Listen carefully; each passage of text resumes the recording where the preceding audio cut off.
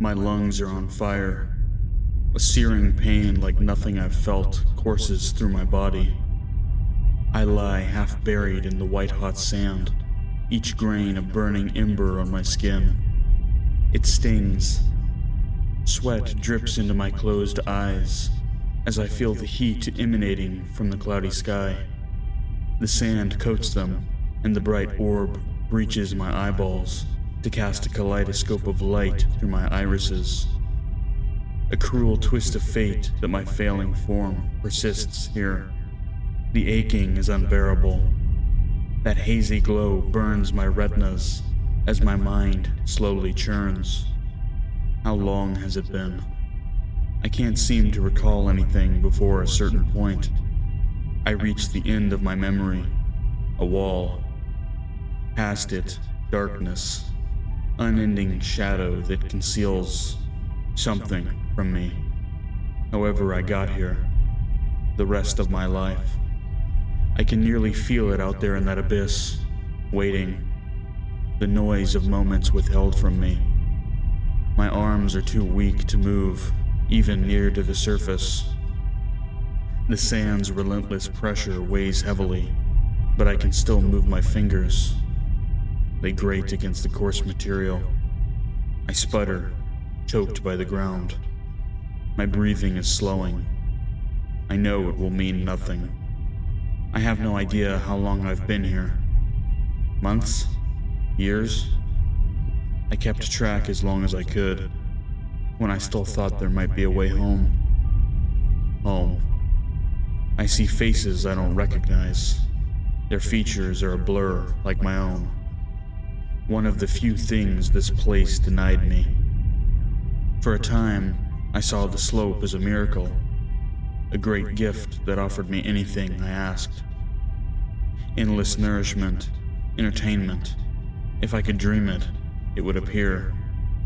When the loneliness started to creep in, I wished for friends, family, but it wouldn't give them to me.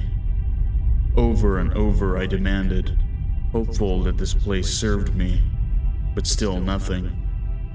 Soon enough I moved on, brought by the vices it would allow. It offered amenities, creature comforts with which it sought to placate me. The slope only ever answered in silence. I don't know where this place is. I've walked endlessly in search of life, convinced that this isn't real. It simply must be, for I have no sense of what this land is if it's not. I am haunted by a life I cannot recall.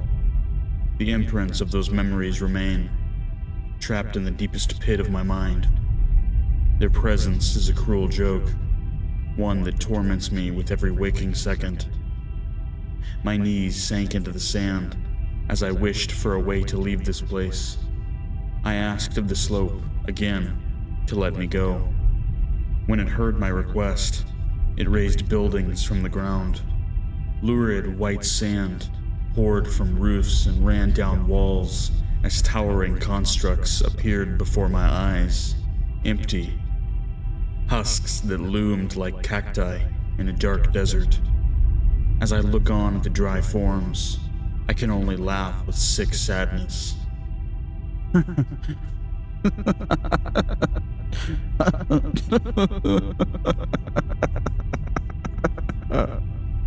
A tidal wave of hopelessness overwhelms me and seeks to sink me further into shifting depths. My laugh fills my ears for the first time in what feels like forever. For so long, the writhing darkness crackled at my periphery. Yet now, as its rot burns through my body and mind, I feel comfort. The resistance faded, and with it my pain. I cackle while my head grapples with the finality of it all. A place with no end, no way out, where time is fixed and I do not age. A place where I can be at peace in my isolation. I cannot sleep. The slope will not let me. It says it needs me awake to perceive it, to keep it alive, real. It tells me in the most distorted stretches of the unending day, that I am its overseer. If I were to fall asleep, I would dream, and to dream is to let the world around you wither. If the slope withers, this place will die. In the times where the slope cannot see me, I ponder it. A world without the slope, without me. There is no way home, no way the slope will allow me. But perhaps, if I can keep my eyes shut long enough, in spite of the sun's heat, I can slip away from this place to somewhere the slope will lose sight of me. Is it likely that only then the slope will fade into darkness, into nothingness, and I alongside it? The slope will not give me the opportunity to take my life. It never has. The understanding that I keep it beating gives reason to its decisions. My death would be its death.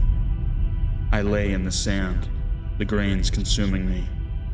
I am ready.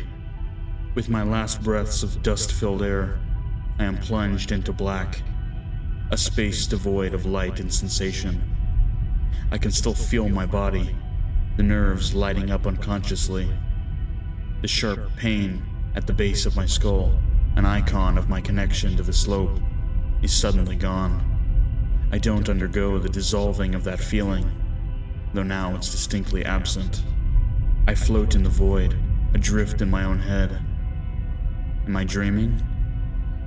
The slope has lost its tether to me. The darkness envelops me, its grip just as tight as the slope's. In this place, I am without senses. I can neither hear nor see. There is nothing material to grasp onto, to ground myself. I am just as lost here as I was under the eye of the slope. I will never awaken from this place, and once more, I'm trapped.